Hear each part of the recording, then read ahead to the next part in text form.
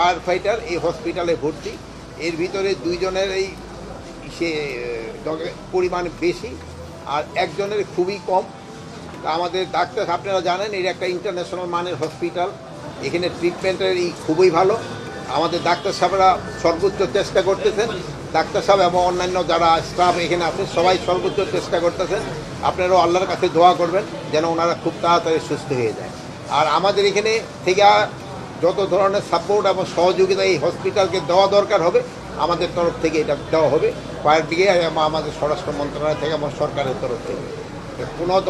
কোনো ধরনের কিসে নেগলিজেন্স দেখা যাবে না। এই ট্রিটমেন্টে সর্বোচ্চ সেবায় তাদের দেওয়া হবে এবং সর্বোচ্চ চিকিৎসা ব্যবস্থা করা হবে।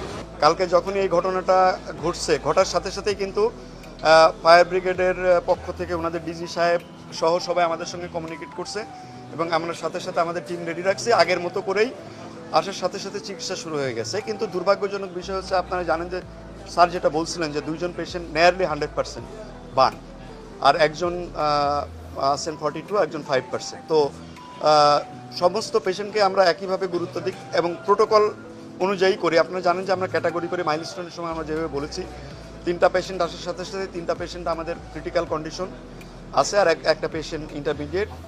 তো এর মধ্যে আসার সাথে সাথে 3জন পেশেন্টকে আমরা এইচডিউতে ট্রান্সফার করি আর একজনকে আমরা অবজারভেশনে রাখি। এইচডিউতে নিয়ারলি 100% যে বার্ন দুটা, তাদেরকে আমরা রিসাসিটেশনের প্রক্রিয়া আছে। কারণ জানেন যে বার্ন চিকিৎসার প্রাথমিক পর্যায়ে হচ্ছে আগে ফ্লুইড দিয়ে রিসাসিটেট করা, তারপরে স্টেবল হলে তারপরে আমরা বার্ন টিস্যু যেটা থাকে সেটাকে এক্সারসাইজ করে আমরা গ্রাফট করি।